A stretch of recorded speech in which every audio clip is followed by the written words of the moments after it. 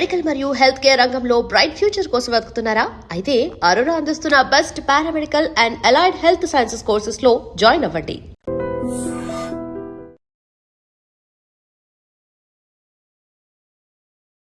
నమస్కారం, welcome to I dream. నేను మీ విజిత. ప్రస్తుతం మనతో పాటు ఉన్నారు శ్రీ విద్యా ఉపాసకులు, ప్రముఖ జ్యోతిష్యులు గుండెపూడి శివసుధీర్ శర్మ గారు. ఇప్పుడు గురుగారితో మాట్లాడి మనకున్న సందేహాలన్నింటినీ నివృత్తి చేసుకుందాం. నమస్కారం గురుగారు. శ్రీమాత్రే నమః. శ్రీ గురుభ్యో నమః. గురుగారు, సంకష్టహర చతుర్థి, ప్రతి కష్టాల నుంచి బయటపడేసేవాడు ఆ గణపయ్య. ఖచ్చితంగా మనం ప్రతి పూజలో కూడా ముందుగా ఆయనకే పూజ చేసిన తర్వాత ప్రతి కార్యక్రమం అనేది మొదలు పెడుతూ ఉంటాం.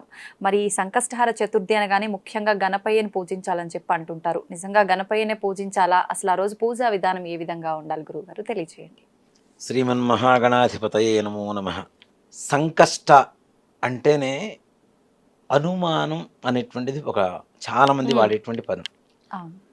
సంకష్టము అంటే అటు ఇటు ఎటు పోలేక ఒక పని వస్తుంది, అది చేద్దామా వద్దా అనేటువంటి ఒక అనుమానం. అలాంటి అనుమానంతో ఎప్పుడైతే ప్రారంభిస్తారో ఆ పని మధ్యలోనే ఆగిపోతూ ఉంటుంది. ఏదైనా సంపూర్ణమైనటువంటి విశ్వాసంతో, ఆత్మవిశ్వాసంతో మనం ఒక పని ప్రారంభించాలి. గణపతికి ఉండేటువంటి లక్షణం ఏమిటి అంటే ఆయనలో ఉండేటువంటి అవయవ స్వభావం ఒక్కోటి ఎలా ఉంటుంది. చెవులు విశ్వవంతం ఉంటాయి, అంటే ప్రపంచమంతా చెవులు ఉంటాయి, పెద్ద పెద్ద చెవులు ఉంటాయి. ఏది విన్నా సరే మైండ్లోకి ఎక్కించుకోమన్నా చెవులు చెప్తూ ఉంటాయి మనకి. అలాగే దంతాలు ఉంటాయి, నీ జ్ఞానం ఎంత షార్ప్గా ఉండాలో ఆ దంతం చెప్తూ ఉంటాయి. అలాగే తొండం, దేన్నైనా స్వీకరించగలిగినటువంటి శక్తి తొండానికి ఉంటాం కదా. అంటే మనం ఉండేటువంటి వాటిలో అక్కడ చూడండి, ఏదైనా పదార్థం వేస్తే దానికి ఏం కావాలో అది మాత్రమే ఏనుగు తీసుకుంటుంది. అంటే మంచిని మాత్రమే స్వీకరించు అని చెప్పడం అనేది తొండానికి ఉండేటువంటి స్వభావం. అలాగే ఉదరం, ఉదరం అంటే విశ్వం. గ్లోబ్ ఎలా ఉంటుంది మనకి? రౌండ్గా ఉంటుంది. ఆయన పొట్ట కూడా అలానే ఉంటుంది కదా. అంటే విశ్వంలో ఉండవలసినటువంటి లక్షణాలు ఏవైతే నీలో ఉండాలో, మనిషికి ఉండాలో అలాంటి లక్షణాలతో జీవించు అని చెప్పి ఉదరం చెప్తూ ఉంటుంది. అంటే ఆయనలో ఉండేటువంటి ప్రతి ఒక్క అవయవం కూడాను మానవ జాతికి ఒక్కొక్క సందర్భంలో ఇలా ఉండాలి, ఇలా ఉండాలి అని చెప్పి చెప్పగలిగినటువంటి లక్షణాలు కలిగినటువంటి అవయవ స్వభావం ఆయనది. ముఖ్యంగా ఆది పూజ్యో వినాయక. మనం ఏ పూజ చేసినా వినాయకుడికి పూజ చేస్తాం. అంటే సాక్షాత్ పరమేశ్వరుడు సంకల్పించినటువంటి పని కూడా విఘ్నాలు కలగకుండా ఉండాలి అంటే విఘ్నేశ్వరుడికే పూజ చేయాలి. అక్కడ మనం చెప్తూ ఉంటాం వినాయకుడు అని చెప్తూ ఉంటాం, విఘ్నేశ్వరుడు అంటాం. విఘ్నములకు ఈశ్వరుడు. ఈశ్వర శబ్దం అనేటువంటిది ఒక మాట చెప్పాలి అంటే శివుని చూసి మనం ఈశ్వరుడు అంటాం కదా.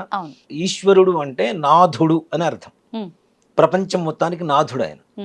కానీ విఘ్నేశ్వరుడు విఘ్నాలకి నాథుడు ఈయన. ఎక్కడైతే వినాయకుడిని పూజ చేస్తామో అక్కడ విఘ్నాలు అనేటువంటివి తొలగిపోయి అవిఘ్నంగా అనుకునేటువంటి పని సకల కార్యంగా దిగ్విజయంగా పూర్తవుతుంది. సంకష్టహర చతుర్థి రోజున ఎవరికి ఏ రకమైనటువంటి కష్టాలు ఉన్నా, అసలు ఎలాంటి కష్టమైనా సరే, నిరుపేద, ఇప్పుడు ఒక 1000 కోట్ల ఆస్తిపరులు కూడాను వాళ్ళకు ఉండేటువంటి దారిద్ర్య బాధ ఒక్కోసారి మొత్తం వీధిని పడేస్తూ ఉంటుంది. అలాంటి వారైనా, నిజంగానే పూరింటిలో ఉండేటువంటి వాళ్ళైనా సరే, ఇక్కడ ఒక మాట వింటూ ఉంటాను ఎక్కువగా, బీదవాడిగా పుట్టడం నీ తప్పు కాదు, బీదవాడిగా చచ్చిపోవడం మాత్రం నీ తప్పు. కరెక్టే గురుగారు. అది జ్ఞానం అవ్వచ్చు, ధనం అవ్వచ్చు, ఏదైనా అంతే. ఇక్కడ ఈ బీదవాడిగా పుట్టినా సరే అట్లాంటి వాళ్ళకైనా సరే తప్పనిసరిగా ఈ సంకష్టహర చతుర్థి అనేది నిజంగా, అంటే మన హిందూ ధర్మం ఏదైతే ఉందో, మన శాస్త్రాలు, పురాణాలు ఇవన్నీ కూడాను మనకి నీకు భవిష్యత్తులో నీ జన్మలో చేసుకున్నటువంటి కర్మలు, నీ పూర్వీకులు చేసినటువంటి కర్మలు నిన్నన్నీ బాధిస్తూ ఉంటే వాటిల్లోంచి నువ్వు బయటపడటానికి ఒక మంచి మార్గం అని చెప్పి కొన్ని మార్గాలు మనకి ఇస్తూ ఉన్నారు. సంవత్సరానికి ఒక పండుగ వస్తూ ఉంటుంది. అలా కాకుండా మాస శివరాత్రి, సంకష్టహర చతుర్థి, అమావాస్య, అలానే బహుళ అష్టమి, బహుళ దశమి, అలాగే పౌర్ణమి, ఇలాంటివన్నీ కూడా ప్రతి నెల మనకు వచ్చేట్టుగా పెట్టారు. ప్రతి మాసంలో తప్పనిసరిగా వస్తూ ఉంటాయి. అంటే మానవుడు తొందరగా కష్టాల్లోంచి బయటపడేయడానికి ముందుగానే ఎంచుకున్నటువంటి, అంటే మనకి ముందుగానే ఒక మార్గాన్ని వేశారు మన ఋషులు మునులు. వేదాల్లో శాస్త్రాల్లో ముందుగానే ఒక మార్గాన్ని ఆలోచించి పెట్టారు. రాబోయేటువంటి కలియుగంలో మానవులు అనేక రకాలైనటువంటి కష్టాలు పడుతూ ఉంటారు. వీళ్ళ కష్టాలకి శీఘ్రగతిన అతి తొందరగా వీళ్ళు బయటికి రావడానికి ఏదైనా మార్గం కావాలి అనేటువంటి ఒక మంచి ఆలోచనతో, సత్సంకల్పంతో, అంటే ఋషులు మునులు ఏంటి విశ్వ కళ్యాణమే కోరుకుంటూ ఉంటారు. ప్రపంచం అంతా కూడా సుఖశాంతులతో ఉండాలనే సంకల్పంతోనే ఉంటారు. అలాంటి సంకల్పంతో మనకి కొన్ని మార్గాలని, కొన్ని పూజా విధానాలని మనకు అందించారు. వాటిల్లో సంకష్టహర చతుర్థి అనేది చాలా చాలా విశేషమైనటువంటిది. సంకష్టహర చతుర్థి రోజున ఒక్కరోజు చేస్తే సరిపోతుందా అని చాలా మందికి ఉండేటువంటి అనుమానం. అవును గురువుగారు. కానీ ఇది ఒక వ్రతంలాగా చేసుకోవాలి. ఈ వ్రతం కూడా ఎలా అంటే 11 సంకష్టహర చతుర్థులు, ఓకే, లేదు 12. ఇప్పుడు మనకి మాఘమాసంలో మహాశివరాత్రి వస్తుంది కదా, అలానే మాఘమాసంలో పౌర్ణమి తర్వాత వచ్చేటువంటి చతుర్థినే అసలైనటువంటి సంకటహర చతుర్థి అని పిలుస్తాం. దీన్ని సంకష్టహర చతుర్థి, సంకటహర చతుర్థి అని పిలుస్తూ ఉంటారు. ప్రతి నెల కూడాను పౌర్ణమి వెళ్ళిన 4వ రోజు చవితి ఏ రోజైతే వస్తుందో, అమావాస్య ముందు వచ్చేటువంటి చవితి ఏ రోజైతే వస్తుందో ఆ చవితి రోజునే మనకి సంకష్టహర చతుర్థి. ఇక్కడ చూడండి, ఆయన పుట్టిందేమో శుద్ధ చవితి, కానీ మనం చేసేది మాత్రం సంకష్టహర చతుర్థి అమావాస్య ముందు చేస్తాం, కృష్ణపక్షంలో చేస్తాం. ఎందుకని గురువుగారు? దేనికి అంటే కష్టాలు, చంద్రుడితో మనం కష్టాల్ని ఎక్కువగా కొలమానంగా కొలుస్తూ ఉంటాం. పౌర్ణమి ముందు మానసికమైనటువంటి పరిస్థితి ఒకలాగా ఉంటే పౌర్ణమి తర్వాత అమావాస్య వరకు మానసిక స్థితి వేరేలాగా ఉంటుంది చాలా మందికి కూడా. అవును అవును గురుగారు. దేనికంటే చంద్రుడు చంద్రమా మనసే జాత, చంద్రుడు మనస్సుని కారకుడు అవుతున్నాడు కదా. కాబట్టి చంద్ర ప్రభావం మనస్సు మీద పడుతుంది కాబట్టి పౌర్ణమి ముందు రోజు పెరుగుతుంటాడు కానీ మనం ఉత్సాహంగా ఉంటాం. పౌర్ణమి తర్వాత రోజుకు తరిగిపోతూ ఉంటాడు కదా చంద్రుడు అమావాస్య వరకు, అందుకని ఆ ఉత్సాహం తగ్గిపోతూ ఉంటుంది. సుఖాల్లో ఉన్నప్పుడు దేవుడు అవసరం లేదు, కష్టాల్లో ఉన్నప్పుడు దేవుడు అవసరం కదా. అందుకని కృష్ణపక్షము అంటే చీకటి అని అర్థం. కృష్ణుడు ఏ వర్ణంలో ఉంటాడు మనకి? నలుపు కదా. కృష్ణపక్షము అంటే నలుపు అని అమావాస్యకి సూర్యుడికి చిహ్నంగా చెబుతూ ఉంటాం. అది చీకటికి గుర్తు కాబట్టి కష్టాల్లో ఉన్నప్పుడు చేసేటువంటి పూజ ఏదైతే ఉంటుందో వాటిని కష్టాల్ని హరించేటువంటి చతుర్థి కాబట్టి సంకష్ట హర చతుర్థి. హరము అంటే హరించడం, తీసేయటం మొత్తం. కాబట్టి కృష్ణపక్షంలో వచ్చేటువంటి చవితికి చాలా విశేషమైనటువంటి ఇది. అలా ఒక మాఘ బహుళ చతుర్థి నుంచి మరలా మాఘ బహుళ చతుర్థి వరకు ఈ యొక్క వ్రతాన్ని చేయడం అనేది చాలా విశేషం. ప్రతి నెల సంకష్టహర చతుర్థి. సంకష్టహర చతుర్థి మరి ఏం చేయాలి, ఎప్పుడు చేయాలి అంటే ప్రధానంగా ప్రదోష కాలంలో ఏ రోజైతే బహుళ చవితి ఉంటుందో అదే రోజున సంకష్టహర చతుర్థి అవుతుంది. ప్రదోష కాలం అంటే సాయంకాలం. మనకి వినాయకుడికి చంద్రుడు ఎప్పుడు మనకు వచ్చేది? సాయంత్రం పూట. అలాగే వినాయకుడికి మనం చూడండి చాలా మంది కూడాను సాయంత్రం పూటే పూజ చేస్తూ ఉంటాం. అంతకుముందు కూడా మనం చెప్పుకున్నాం, శివ కుటుంబంలో ఉండేటువంటి ప్రతి ఒక్కరికి కూడా ప్రదోష కాలం అనేది చాలా విశేషం. శివరాత్రి ప్రదోష కాలంలో చేస్తాం. సుబ్రహ్మణ్య ఇది సుబ్రహ్మణ్య షష్ఠి, స్కంద షష్ఠి, ఇవన్నీ కూడా సాయంకాల సమయంలో చేస్తూ ఉంటాం. అలాగే మనకి అమ్మవారికి నవరాత్రులు రాత్రిపూట చేస్తూ ఉంటాం. అలాగే గణపతికి కూడా సంకష్టహర చతుర్థి అనేది ప్రదోష కాలంలోనే విశేషమైనటువంటి పూజా కార్యక్రమం చేయాలి. మరి ప్రొద్దున్నుంచి ఎలా ఉండాలి? ఉపవాసం అనేది అంతకుముందు మనం చాలాసార్లు చెప్పుకున్నాం. కనీసం ఏదైనా కొద్దిగా అల్పాహారం కానీ, పండ్లు కానీ, పాలు కానీ సేవించి ఉండవచ్చు చక్కగా. ప్రొద్దునే నిద్ర లేవటం, ఇంట్లో పూజ చేసుకోవటం. ఈ పూజ చేయాలి అంటే గుడికి వెళ్లాల్సిన అవసరం కూడా లేదు. మనకి గుడికి వెళ్ళడానికి అవకాశం ఉండొచ్చు, ఉండకపోవచ్చు. కనీసం ఇంట్లో అయినా సరే గణపతి ఫోటో పెట్టుకొని గకారాది గణపతి అష్టోత్తరం అని చెప్పి మనకి గూగుల్లో దొరుకుతుంటుంది, పీడిఎఫ్లు లేదంటే పుస్తకాలు దొరుకుతూ ఉంటాయి. గకారాది గణపతి అష్టోత్తరం అంటే గణపతి అష్టోత్తరంలో ఉండేటువంటి 108 నామాలు గ అనేటువంటి అక్షరంతోనే ప్రారంభం అవుతాయి మొత్తం. గమ్ అనేటువంటిది గణపతి అక్షరం కదా, బీజాక్షరం కదా. కాబట్టి గకారాది గణపతి అష్టోత్తరం ద్వారా శీఘ్రగతిన సకల కార్యాలు దిగ్విజయంగా పూర్తి అవుతాయని చెప్పి శాస్త్రం చెబుతుంది. గకారాది గణపతి సహస్రం ఉంది, గకారాది గణపతి అష్టోత్తరం ఉంది. సహస్రం చేయాలంటే కష్టం కదా అందరికీ కూడా. అందరూ సహస్రనామంలో ఆ నామాలు కూడా చాలా కష్టతరంగా ఉంటాయి పలకడానికి.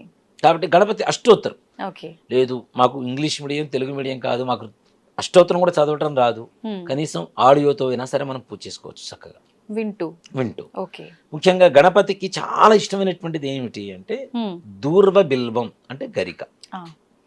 గరిక అనేది మనం మామూలు పూజ చేస్తూ ఉంటాం. పచ్చి దర్భ దొరికింది అనుకోండి, ఓకే, పచ్చి దర్భ దొరికితే దాంతో చేస్తే ఇంకా విశేషం. ఇంకా మంచిది. కానీ పచ్చి దర్భ మనకి అందుబాటులో ఉంటుందా? ఉండదు. గరిక అయితే ఎక్కడ కావాలంటే అక్కడ ఉంటుంది. అవును. గరిక అంటే కేతుగ్రహానికి ప్రీతికరమైనటువంటి ఒక వస్తువు. ఓకే. కేతువుకు పూజ చేయాలన్నా, కేతుగ్రహానికి హోమం చేయాలన్నా దర్భతోనే చేస్తూ ఉంటాం. అంటే ఆయనకి ఇష్టమైనటువంటి ద్రవ్యం కాబట్టి. ఇక్కడ గణపతి కేతుగ్రహానికి అధిపతి. ఓకే. గణపతి. మరి కేతుగ్రహం అంటే ఏమిటి? ముఖ్యంగా మనకి ఏదైతే ఈ సహస్రారం ఉంటుందో దీనికి అధిపతి కేతు అవుతున్నాడు. అంటే జ్ఞాన సాధకుడు, కార్య సాధకుడు కేతు అవుతున్నాడు. ముక్తి సాధకుడు, కామ్య సాధకుడు, యుద్ధకారకుడు, ఇవన్నీ కూడా కేతువే అవుతూ ఉంటాడు.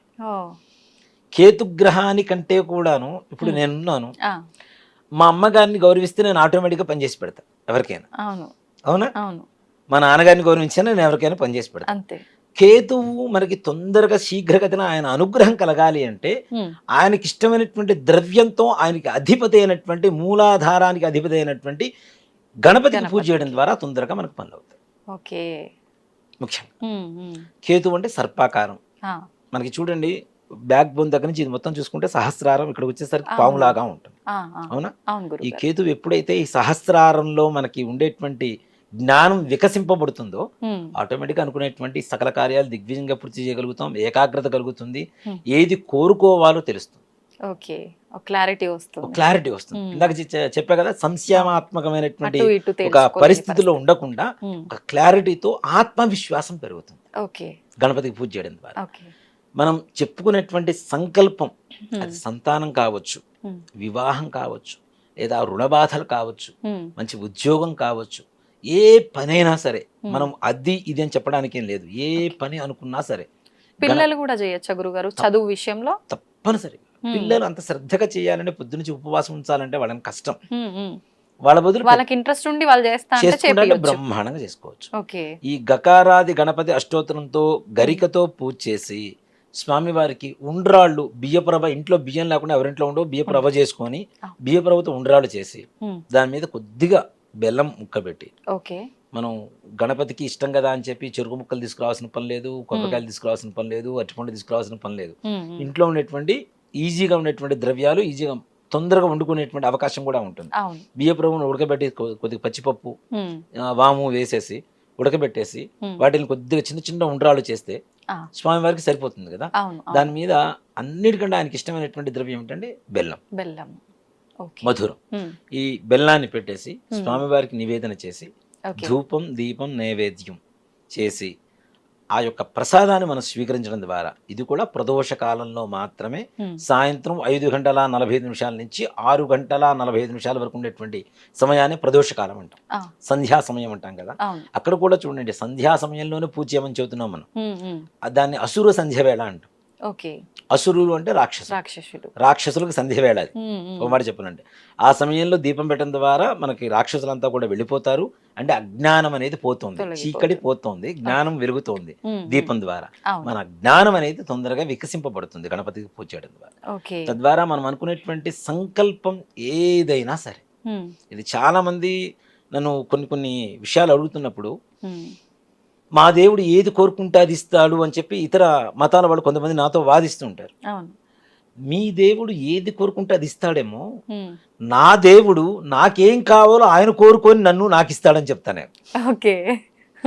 అంతే కదా. ఇతర మతాల వాళ్ళు కోరుకుంటే ఇస్తాడేమో. నా దేవుడు ఏంటి, మన దేవుడు మనకి, మన హిందూ ధర్మంలో ఉండేటువంటి దైవత్వానికి ఉండేటువంటి లక్షణం ఏంటంటే, మనకి ఏం కావాలో ఆయనకి తెలుసు, ఎప్పుడు ఇవ్వాలో తెలుసు, ఎలా ఇవ్వాలో తెలుసు, ఎంతవరకు ఇవ్వాలో తెలుసు.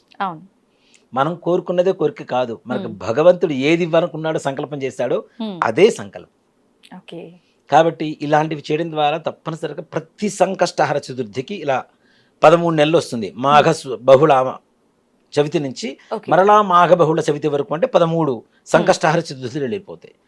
13వ చతుర్థి రోజున ఏదైతే మరలా మాఘ బహుళ చతుర్థి వస్తుందో, సంకష్టహర చతుర్థి, ఆ రోజున మీరు ఉద్యాపన అంటారు, వ్రత ఉద్యాపన ఓకే. మనం మొట్టమొదటిగా సంకల్పం తీసుకునేటప్పుడే మనం తప్పనిసరిగా ఇన్ని రోజులు చేస్తాం, ఇన్ని మాసాలు చేస్తామని చెప్పి, అంటే మనం చూస్తున్న 13 మాసాలు చేయమని, కనీసం 11 మాసాలు చేసేవాళ్ళు ఉంటారు, 5 మాసాలు కూడా అలా చేసుకోవచ్చు. కూడా చేసుకోవచ్చు. మనకు ఉండేటువంటి అవకాశాన్ని బట్టి ఓకే. ఆరోగ్య పరిస్థితిని కూడా మనం ఆలోచించాలి కదా. అవును. కాబట్టి 3 మాసాలైనా సరే. ఆ 3వ మాసం ఉద్యాపన అంటారు. వ్రతం అనేది ఒక దీక్ష తీసుకున్న తర్వాత దాని ఉద్యాపన కూడా తప్పనిసరిగా చేయాలి. అంటే సంపూర్ణమైంది ఓకే. కాబట్టి నువ్వు నాకు ఇవ్వవలసినటువంటిది నువ్వు ఇవ్వు నాయన అని చెప్పి ఆయనకి మనం పరిపూర్ణంగా కోరుకోవడం. ఓకే. ఈ ఉద్యాపన అనేది ఎలా అంటే ఒక మనకి పేలాల గంప అని చెప్పి మనకి పెళ్లి కూతుర్లను పెట్టుకొని తీసుకొని వస్తూ ఉంటారు పెళ్లిళ్లలో. అవును. అలాగే అంటే వెదురు గంపలు. బద్దలతో తయారు చేస్తూ ఉంటారు, అవును. వెదురు గంప అంటారు.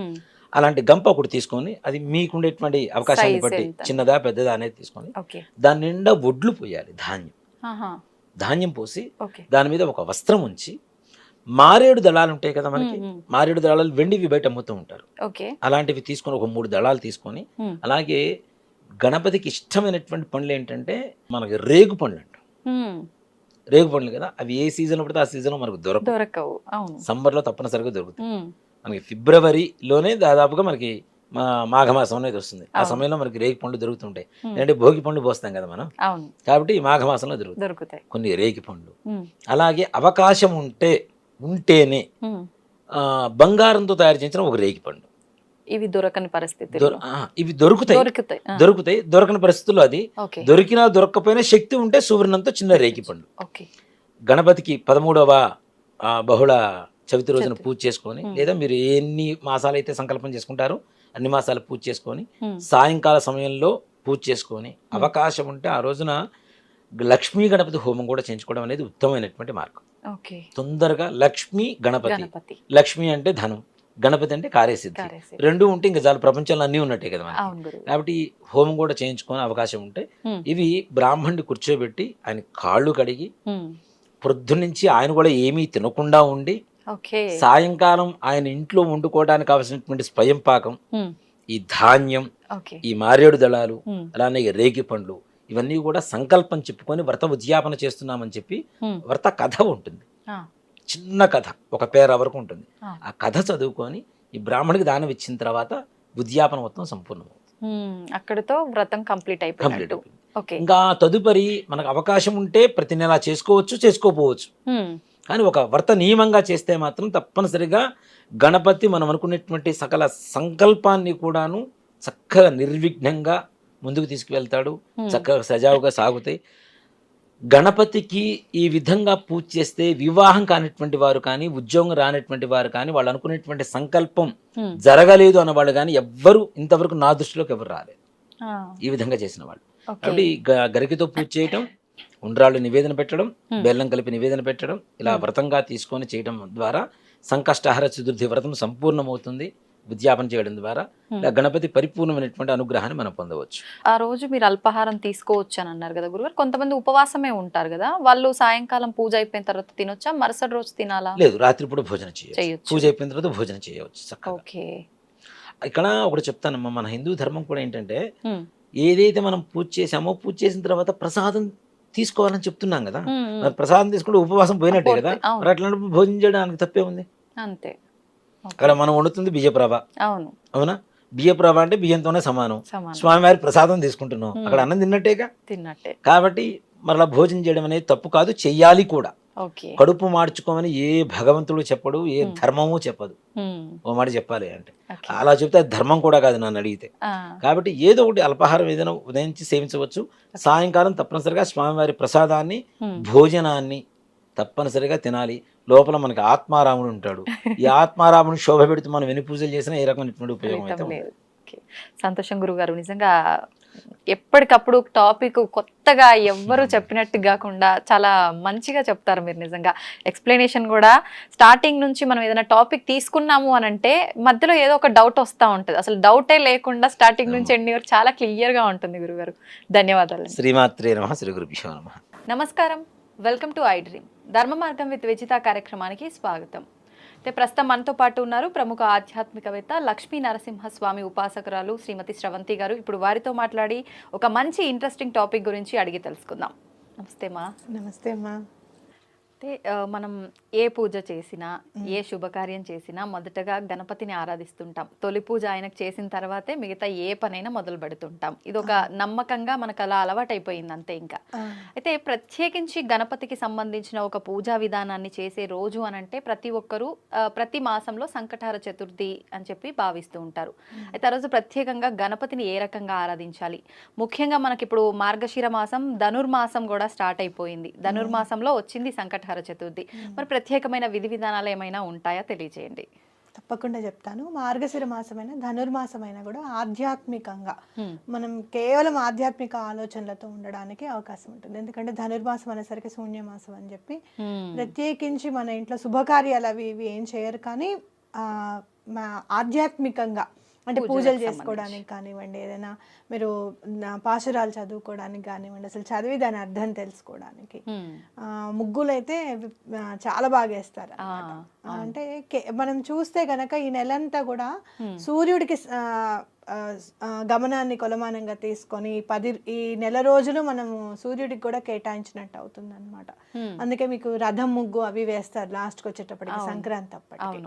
ఎందుకని ప్రత్యేకించి ముగ్గులకు పెట్టింది పేరు? అది మనం ధనుర్మాసం చెప్పుకున్నాము. అయితే ఇక్కడ మనం చేసేది ఏంటి అని అంటే ఆకర్షణకి సంబంధించిందిగా తీసుకోవచ్చు అనమాట మార్గశిర మాసం. అంటే ఏంటి అని అంటే మీరు మార్గశిర మాసమే నేను అని కృష్ణ పరమాత్మ చెప్పారట.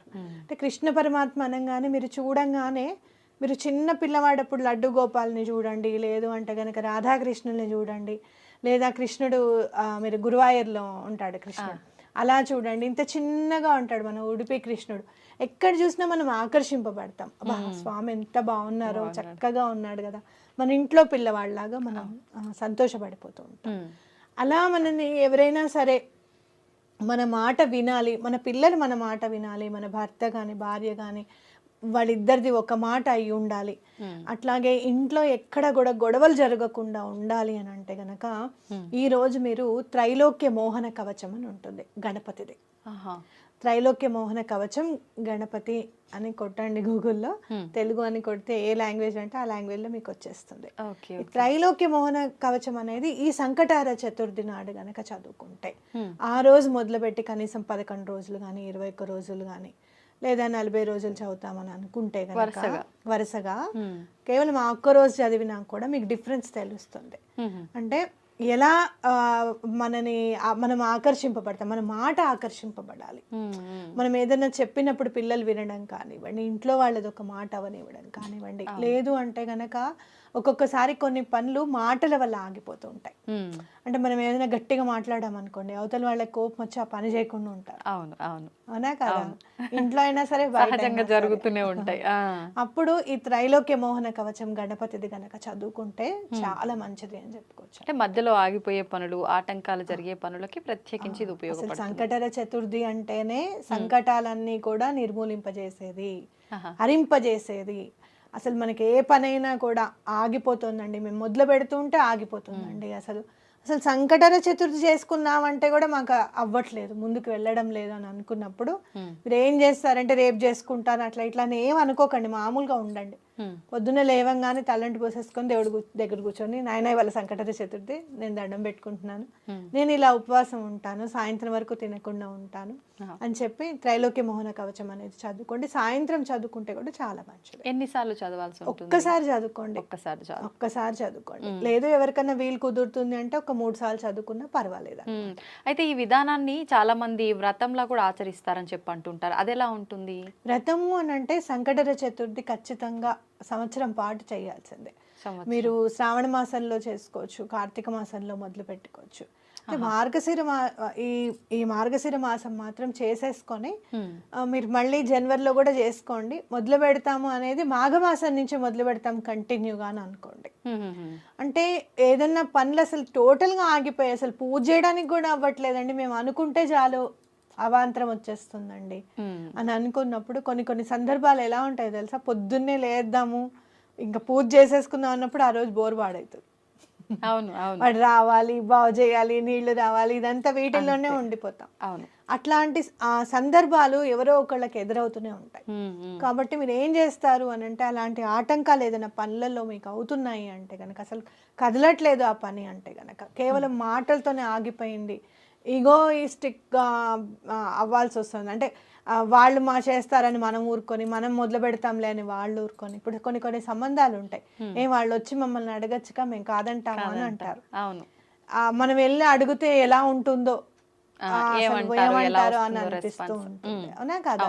అలాంటి సందర్భాలు కూడా స్వామి నిర్మూలింపజేస్తారు. అంటే ఇక్కడ త్రైలోక్య మోహన కవచం గనక సంకటహర చతుర్థి నాడు చదివితే గనక, ఎట్లాంటి అవతల వాళ్ళకి మన మీద ఏహభావం ఉన్నా, కోపం ఉన్నా, ద్వేషం ఉన్నా కూడా అవన్నీ కూడా సమసిపోతాయని ఖచ్చితంగా చెప్పుకోవచ్చు. అయితే విధి విధానాలు అయితే మనకు అందరికీ తెలిసిందే.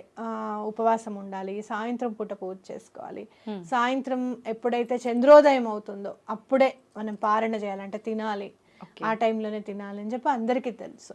అయితే ఆ రోజంతా అన్నం ముట్టుకోకుండా టిఫిన్ మీద ఉంటే చాలా మంచిది. అంటే మనం చంద్రోదయం తర్వాత కూడా ఏదైనా టిఫిన్ లాంటిది తింటే మంచిది, భోజనం తినకుండా అన్నమాట. లేదు అలా కాదండి మాకు కుదరదు అన్నప్పుడు భోజనం చేసినా ఏం పర్వాలేదు. ఒకవేళ ఏమన్నా అంటే మందులు వేసుకుంటే కానీ ముందుకెళ్ళలేము అండి, తప్పనిసరి మందులు అయితే వాడాలి అని చెప్పి అనుకుంటే గనక అన్నం తినకుండా ఉండి పూజ చేసుకుంటే చాలా మంచిది. అలాగే సంకటహర చతుర్థి నాడు బెల్లం నైవేద్యం పెడితే చాలా మంచిది. బెల్లం ఎప్పుడు పెట్టినా ఒకటి కాకుండా రెండోది కూడా పెట్టండి. మనం చూస్తే వినాయకుడు ఎప్పుడు కూడా చిన్న పిల్లవాళ్ళగా అనిపిస్తాడు నాకు, మన ఇంట్లో చిన్న పిల్లవాళ్ళగా. ఒక చేతిలో పెట్టంగానే రెండో చేయి అడుగుతాడు స్వామి అని నేను ఎప్పుడు చెప్తాను. పిల్లలు అంతే కదా, ఒకటి ఇయ్యంగానే ఇంకొకటి అంటారు.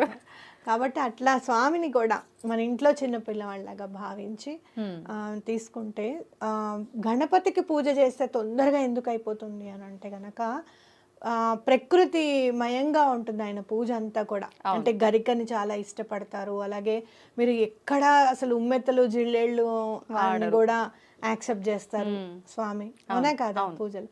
కాబట్టి మనం చూస్తే కనుక ప్రకృతికి చాలా దగ్గరగా ఉంటాడు స్వామి అనేది.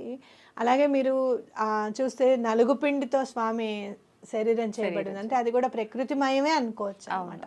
అంటే అమ్మవారికి చాలా దగ్గరగా ఉంటాడు స్వామి, చాలా తొందరగా అయిపోతుంది పని అని ఖచ్చితంగా చెప్పుకోవచ్చు. అమ్మ ఎంత తొందరగా అనుగ్రహిస్తుందో అలాగే విఘ్నేశ్వరుడు కూడా అంతే తొందరగా అనుగ్రహిస్తారు.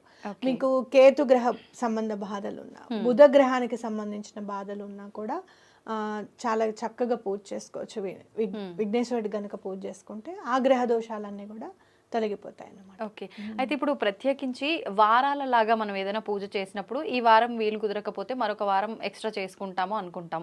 ఇప్పుడు సంకటహర చతుర్థి అనేసరికి నెలలో ఒకసారి చేసుకుంటాము, ఈ నెల కుదరలేదు అంటే నార్మల్గా చేసుకునే వాళ్ళకి, లెక్కలు సంకల్పం లేని వాళ్ళకైతే పర్వాలేదు వదిలేసినా అనుకుంటారు. ఇప్పుడు మీరు అన్నట్టుగా సంవత్సరం లాగా చేయాల్సింది అనుకున్న వాళ్ళు ఒకవేళ ఏదైనా ఆ నెలలో కుదరకపోతే ఒక నెల పెంచుకునే అవకాశం ఉందంటారా? చేసుకోవచ్చు, తప్పేం లేదు. అయితే కొంతమంది అంటారు మనకు ఈ రోజు అలా కుదరని పక్షంలో ఆడవారికి ఎప్పుడైతే మనం స్నానం అయిపోతుందో 5 రోజులు ఆ తర్వాత రోజుని ఆ రోజుగా భావించి చేసుకోవచ్చు, అదే ఫలితం వస్తుంది అని చెప్పి అని అంటారు. అలా లెక్కలోకి వస్తుంది అంటారా? పూజకి ఎప్పుడు ఉన్నా కూడా తిథి వార నక్షత్రాలు అనేది చాలా ఇంపార్టెంట్. మీరు అన్నది మేనిఫెస్టేషన్ లో ఉపయోగించుకోవచ్చు. అంటే ఆ రోజు చేద్దాం అనుకున్నాను చేయలేదు, ఇప్పుడు చేస్తున్నాను అని చెప్పి వెళ్ళొచ్చు. కానీ పూజకి నేను ఎప్పుడు కూడా సంకటహర చతుర్థి మాత్రం సంకటహర చతుర్థి నాడే చేసుకోవాలి. మీరు అన్నది కరెక్టే. మీరు ఎప్పుడైతే శ్రావణ మాసం మొదలు పెడతారో నెక్స్ట్ వచ్చే భాద్రపదానికి అడ్డు రాకూడదు, ద్వితి విఘ్నం అయినట్టుగా ఉంటుంది మన మనసులో. అట్లా రాకుండా చూసుకోండి. ఎప్పుడన్నా మధ్యలో ఒక నెల అప్పుడు గనక కార్తీక మాసంలోనో మార్గశిర మాసంలోనో మీకు అడ్డొచ్చిందని అనుకోండి, పూజ చేసే వాళ్ళకి అడ్డొస్తే గనక మళ్ళీ వచ్చే మార్గశీర్ష మాసంలో అది కంప్లీట్ అయ్యేటట్టుగా చూసుకోవచ్చు. అంటే ఒక నెల ఎక్స్ట్రా చేసేసుకొని మీరు చూస్తే కనుక శ్రావణ మాసం నుంచి శ్రావణ మాసం వరకు సంవత్సరం అవుతుంది అంటే 13 నెలలు అవుతుంది కదా. అప్పుడు ఒకవేళ మీరు కంటిన్యూ చేస్తే చేసేసుకోవచ్చు మళ్ళీ, దానికి ఏం బాధ లేదు. లేదు మేము కంటిన్యూ చేయట్లేదంటే ఏ నెలలో సంకటహర చతుర్థి అయితే గనక మీరు వదిలేశారు, ఇప్పుడు ఈ మార్గశీర్ష మాసానికి మీకు అడ్డొచ్చింది, నెక్స్ట్ ఇయర్ మార్గశీర్ష మాసానికి కంప్లీట్ చేసుకోండి అది. ఎందుకంటే మీరు చూస్తే ప్రతి ఒక్క సంకటహర చతుర్థికి పేర్లు ఉంటాయి అన్నమాట. ప్రతి ఏకాదశికి ఎలా అయితే పేర్లు ఉంటాయో సంకటహర చతుర్థికి కూడా పేర్లు ఉంటాయి. అంటే ఆ నెల, ఇప్పుడు ఈ నెల వచ్చేది అకూరత సంకటహర చతుర్థి, ఇదే అకూరత సంకటహర చతుర్థి మళ్ళీ చేసుకోవాలన్నమాట గ్యాప్ వచ్చిన వాళ్ళు. ఓ అంటే ప్రతి ఇప్పుడు మీరు అన్నట్టు మార్గశిర మాసంలో మళ్ళీ వచ్చేది అకూరత అకూరతనే అదే వస్తుందా? ఉంటుంది. అవును, ఇప్పుడు ఈ అకూరతనే పేర్లు ఉంటుంది. ఎందుకని అకూరత అంటే అర్థం అంటే ఏమొస్తుంది? మనకి ఒక్కొక్క విశిష్టత తెలపడం అన్నమాట. పేర్లు ఏంటి అని అంటే విశిష్టత తెలపడం. అకూరత అంటే ఏంటంటే ఎలుక మీద వాహనంగా, ఎలుకని వాహనంగా చేసుకున్న స్వామి అని అర్థం అన్నమాట. అంటే ఎంత పెద్ద భారీ కాయం కదా ఆయన. అవును అవును అసలు లాజిక్ అందుతుందా? ఎలుక మీద ఎలా కూర్చున్నాడు ఆయన అసలు అని అంటే, కదా. ఎంత పెద్ద సమస్య అయినా కూడా చిటికలో నీకు నెరవేర్చేస్తాను అని చెప్పి స్వామి మనకి చెప్పినట్టు అర్థం చేసుకోవాలి. ఓకే అంటే సాధ్యపడనివి కూడా సాధ్యపడతాయి సాధ్యపడనివి కూడా అనడానికి సాధ్యపడతాయి అనడానికి నిదర్శనం ఇది. కరెక్ట్. ఓకే ఓకే సో అట్లా మనం ఒక్కొక్క నామానికి ఒక్కొక్క ఆ నామాలు తెలుసుకుంటే చాలు అసలు స్వామి మీద మనకి భక్తి ఏర్పడడానికి. అవును అర్థమైంది. ఏకాదశి నామాలు ఒకటి, అలాగే ఈ సంకటహర చతుర్థి నామాలు ఒకటి చూసుకుంటూ ఉంటే స్వామివారిది అబ్బా ఏదైనా సాధ్యం కదా, అంటే భక్తికి మించింది లేదు, భగవంతుడికి మించిన వాడు లేడు అనేది మనకు అర్థమవుతుంది అనమాట. అంతే అంతే సంతోషం, చాలా చక్కగా వివరించారు. ధన్యవాదాలు.